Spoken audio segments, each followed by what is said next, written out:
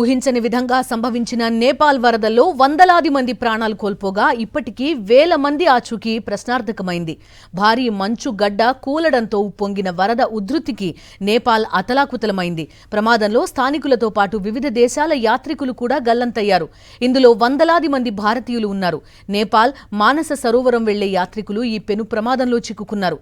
మరి ఇంతకీ అసలు ఈ పెను ప్రమాదం ఎలా సంభవించింది? నేపాల్ యాత్ర ఎలా సాగుతోంది? వరద ధాటికి నేపాల్కు జరిగిన నష్టం ఎంత? భారతీయ టూరిస్టుల పరిస్థితి ఏంటి? ఇలాంటి విషయాలపై హైదరాబాద్కు చెందిన సీనియర్ టూరిస్ట్ పేరి ఉదయ్ శంకర్ నుంచి మరింత సమాచారం మా ప్రతినిధి రత్నకుమార్ అందిస్తారు.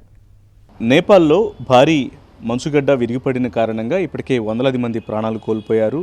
వేలాది మంది ఆచూకీ ఇప్పటికీ కనిపించలేదు. అయితే అసలు ఈ భారీ మంచుగడ్డ విరిగిపడిపోవడం వెనకాల అసలు కారణాలు ఏమై ఉంటాయి? అసలు నేపాల్లో ఎటువంటి పరిస్థితులు అనేవి ఉన్నాయి? పూర్తి విషయాలు తెలుసుకుందాం. ప్రజెంటు మనతో సీనియర్ రైల్వే రిటైర్డ్ ఉద్యోగి, సీనియర్ టూరిస్టు పేరి ఉదయ్ శంకర్ గారు ఉన్నారు. ఆయన 11 సార్లు మానస సరోవరం వెళ్ళి రావడం జరిగింది. ఒకసారి అడిగి తెలుసుకుందాం. సార్ చెప్పండి. నమస్తే సార్, చెప్పండి, ఎందుకు అక్కడ ఇట్లాంటి ఇంత పెద్ద పెను ప్రమాదం ఊహించని విధంగా జరిగింది అనుకుంటున్నారు? అసలు ఎట్లాంటి సిచ్యువేషన్స్ ఉంటాయి సార్ అక్కడ గ్లేషియర్స్ జారి పడుతూ ఉండడం అనేది చాలా సర్వసాధారణం. ఇక్కడ త్రిశూలి నదికి జడ్డ ఆకారంలో వంపు ఉంది సరిగ్గా ఈ ప్రమాదం జరిగిన చోట. ఆ వంపులోనే అటువైపు చైనా ఎంబసీ, ఇటువైపు నేపాలీ ఎంబసీ, ఇమిగ్రేషన్ అథారిటీలు ఉన్నాయి. ఇటువైపు చాలా హోటళ్ళు ఉన్నాయి. ఇమిగ్రేషన్ కోసం ఎవరైతే వేచి ఉంటారో వాళ్ళందరూ ఉంటారు.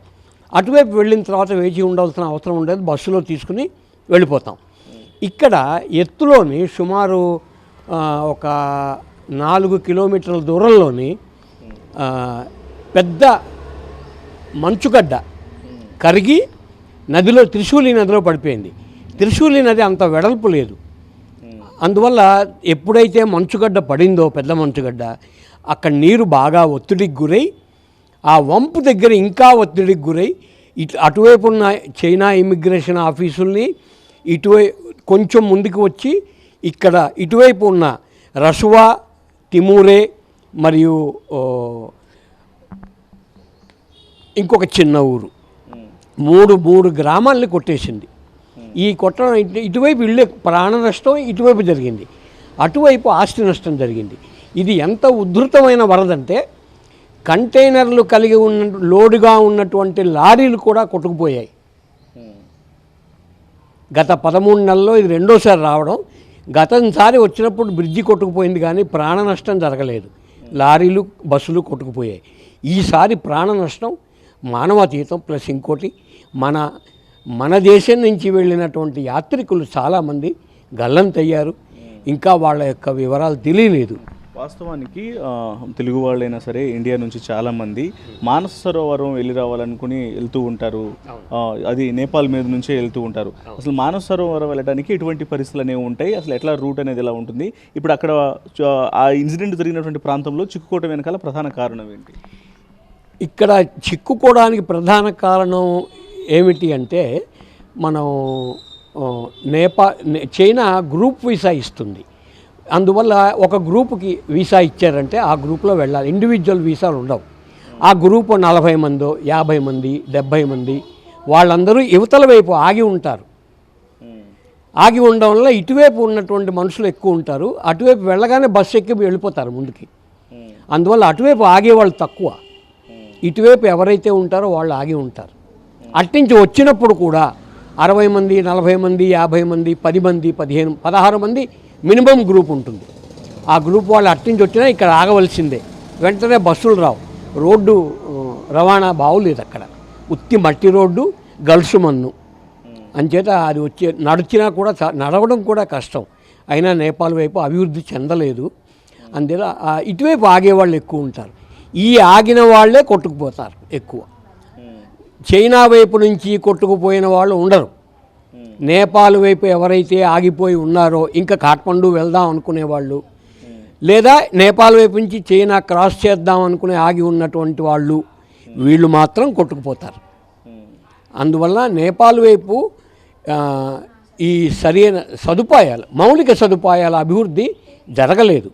అంటే వాస్తవానికి మనం విజువల్స్లో చూసినప్పుడు కూడా మొత్తం ఆ కన్స్ట్రక్షన్స్ నిర్మాణాలు ఇప్పుడు ఎంబసీలు కావచ్చు, గృహ సముదాయాలు కావచ్చు, ఇవన్నీ కూడా లోయల్లోనే ఉంటున్నాయి. ఆ లోయలు మొత్తం కూడా కొట్టుకుపోయాయి ఇప్పుడు ఈ ఇన్సిడెంట్లో. సో ఎందుకని వాళ్ళు అక్కడ స్థిర నివాసాలు ఏర్పాటు చేసుకోవడానికి అక్కడ నది వంపులోని చైనీస్ ఎంబసీ కట్టడం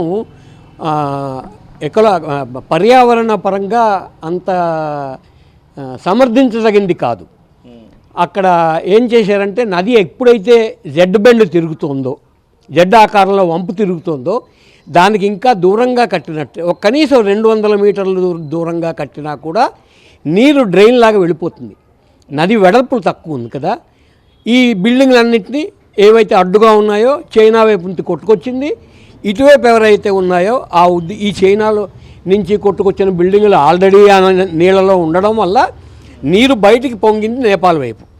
పొంగినప్పుడు మన వాళ్ళందరూ ఎవరైతే వెయిట్ చేస్తున్నారో, నార్మల్గా 600 నుంచి 1000 మంది వెయిట్ చేస్తూ ఉంటారు. ఈ సంవత్సరం మాత్రం ప్రతి సంవత్సరం ఇంతమంది వెయిట్ చేయరు. అందువల్ల అది ఎప్పుడైతే ఉన్నారో ప్రతి సంవత్సరం 200 నుంచి 300 మంది ఉంటారు. లైన్ 1.5-2 గంటల్లో క్లియర్ అవుతుంది. ఈసారి అలా అవ్వలేదు.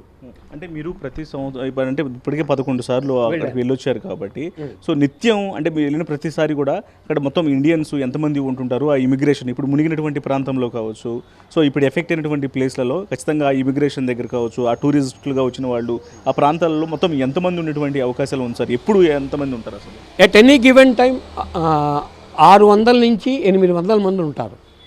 దాంట్లో ఎన్ఆర్ఐస్ ఉంటారు. ఇప్పుడు ఇతర దేశాల వాళ్ళు చనిపోయారని ఎవరైతే అన్నారో వారందరూ కూడా శివుణ్ణి ప్రార్థించేటువంటి నమ్మకం ఉన్నవాళ్ళు హిందువులు. అంచేత వాళ్ళే ఎక్కువ ఉంటారు. ఇప్పుడు ఇక్కడ ఉన్న తల్లి తండ్రి వచ్చినట్టయితే వాళ్ళతో పిల్లలు కంపల్సరీగా రావాలని వీసాకి ఒక కండిషన్ ఉంది చైనాలో. అందుకని తల్లి తండ్రి పెద్దవాళ్ళవి వెళ్తూ ఉంటే వాళ్ళతో ఇమీడియట్ రిలేషన్స్, కూతురు కానీ కొడుకు కానీ ఇంకోళ్ళు పిల్లలు కానీ రావాల్సి ఉంటుంది. అంటే ఒక వీసాకి 3 వీసాలు తీసుకోవాల్సి ఉంటుంది. అందుకని దానివల్ల ఇప్పుడు పిల్లలు ఎక్కువ మంది అమెరికాలోని, ఇంగ్లాండ్లోని, ఆస్ట్రేలియాలోని సెటిల్ అయ్యారు కదా. వాళ్ళ దేశం, వాళ్ళ నాగరికత సిటిజన్షిప్ ఆయా దేశాలది పాస్పోర్ట్ని బట్టి నిర్ణయిస్తారు. అందుకని ఇప్పుడు ఫారినర్స్ పోయారు అంటే వాళ్ళు ఫారినర్స్ కాదు, మన వాళ్ళ పిల్లలే. సో అంటే చాలామంది టూరిస్టులు కూడా నేపాల్ కాఠ్మండు వెళ్ళిన తర్వాత మానస సరోవరం వెళ్ళడం కోసం చాలా ఇష్టపడుతూ ఉంటారు. అక్కడికే ఈ జర్నీ అంతా కూడా అటువైపే సాగుతుంది. ఎట్లాంటి పరిస్థితులు ఉంటాయి సార్? ఇప్పుడు మన తెలుగు స్టేట్స్ నుంచి మానస సరోవరం వెళ్ళేంత వరకు కూడా ఎటువంటి పరిస్థితులు ఉంటాయి? అక్కడ వాళ్ళు ఎక్కడ బ్లాక్ అయి ఉంటారు అసలు? ఇక్కడ నుంచి కాఠ్మండు దాకా ఎటువంటి ప్రమాదం, ఎటువంటి కష్టం లేదండి. కాఠ్మండు నుంచి రస్వా గుడికి వెళ్ళడానికి 6 గంటల నుంచి 7 గంటలు పడుతుంది. ఈ దారి అంతా కూడా పర్వత ప్రాంతం ఉన్నటువంటి దారి. చిన్న బస్సుల్లో వెళ్తాం లేదా కారుల్లో వెళ్ళాలి. దీంట్లోని వర్షం పడి ల్యాండ్ స్లైడ్ అయితే ఆగిపోతుంది. అప్పటికప్పుడు జేసీబీలు తెప్పించి ఖాళీ చేయడం కానీ, లేదా ఒక రాత్రి టెంట్ లాంటిది వాళ్ళు వేస్తారు. ఆ టెంట్లో ఉండడం కానీ, బురద అటువంటి వాటి ఉంటాయి. బురద మట్టి వాటిలో ఉంటాయి. వాటిలో మోకాళ్ళ లోతు వరకు నేను ఉన్నటువంటి అనుభవాలు నాకు ఉన్నాయి. అలాగే ఉండిపోయాను రాత్రి అంతా. అవి ఉంటాయి. అది కొంచెం కఠినమైన మార్గం. రస్వా గుడి చేరుకున్న తర్వాత ఉండడానికి హోటళ్ళు ఉన్నాయి ఇప్పుడు. అంటే మామూలుగానే ఉంటాయి, కానీ అక్కడ వెస్టర్న్ టాయిలెట్స్ ఉంటాయి. అది పర్వాలేదు. చలి ఎక్కువ ఉంటుంది, చలి విపరీతం, తట్టుకోలేము. అక్కడతో మన భోజనాలు అక్కడ దాకా దొరికితే అక్కడితో లాస్ట్. ఒకసారి అక్కడ ఇమిగ్రేషన్ లైన్లో నిలబడతాం. అక్కడ ఎటువంటి సౌకర్యాలు ఉండవు. వాన ఎండ తడవలసిందే ఇమిగ్రేషన్ ఆఫీస్ దగ్గర బయట లైన్లో నిలబడితే. నిలబడి అక్కడ పాస్పోర్ట్ చూస్తాడు, లోపలికి పంపించేస్తాడు. స్టాంప్ వేయరు పాస్పోర్ట్ మీద.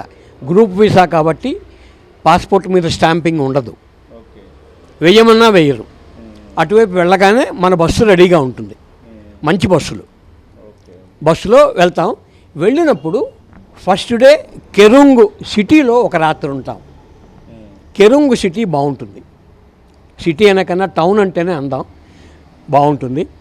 వాళ్ళు నేపాలీ వాళ్ళే వంట వాళ్ళు వస్తారు. ప్రతి 9 మందికి కనీసం 3-4 పనివాళ్ళు ఉంటారు. అదే 50-60 మంది గ్రూప్ వెళ్తుంటే అక్కడి పనివాళ్లే 60 మంది దాకా ఉండేటువంటి అవకాశాలు కూడా ఉంటాయి. ఎందుకంటే సామాన్లు మోయడానికి, వంటలు వండడానికి, నీకు రూముల్లో సర్వీస్ చేయడానికి అన్నిటికీ కూడా వాళ్ళు చేస్తారు. నేపాలీ వాళ్ళు చాలా బాగా చేస్తారు. అందువల్ల ఇప్పుడు వెళ్ళినటువంటి యాత్రికులలో చాలామంది ఆచూకీ కనిపించలేదు అనే విషయం కూడా తెలుస్తూ ఉంది. వీళ్ళలో ఎవరు క్షేమంగా వచ్చేటువంటి అవకాశం ఉంది, ఎవరికి అక్కడ ప్రమాదం పొంచి ఉంది, ఏ స్థితిలో ఉన్న వాళ్ళకి ప్రమాదం పొంచి ఉంది, సో ఎట్లాంటి పొజిషన్స్లో ఉన్న వాళ్ళు కొంత క్షేమంగా బయటకు వచ్చేటువంటి అవకాశాలు ఉన్నాయంటే ఏం చెప్తారు? చెబుతాను. దీంట్లోనే వరద వచ్చిన తర్వాత దాంట్లో బురద గల్సుమన్ను 2 మీటర్ల ఎత్తున దారి అంతా 3 కిలోమీటర్లు 4 కిలోమీటర్ల వరకు పేరుకుపోయింది.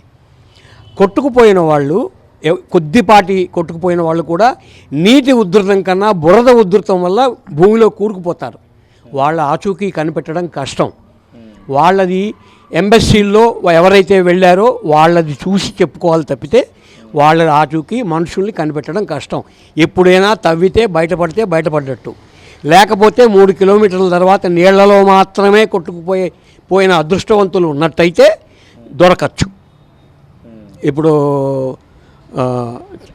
మన వీళ్ళు 3 మేజర్ ట్రావెలర్స్ ఉన్నారు ఇప్పుడు దీంట్లోనే.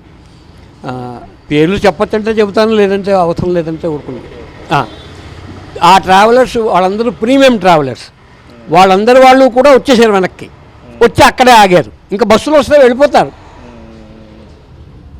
ఆ తర్వాత అక్కడే ఆగిపోవడం వల్ల ఉధృతంగా నది వచ్చింది, కొట్టుకుపోయారు. వాళ్ళు తెలిసేటువంటి ఆచూకీ కష్టం. ఒకే ట్రావెలర్కి చెందిన 66 మంది కనిపించలేదు. వాళ్ళకి అప్పుడే ఇది చెప్పేశారు.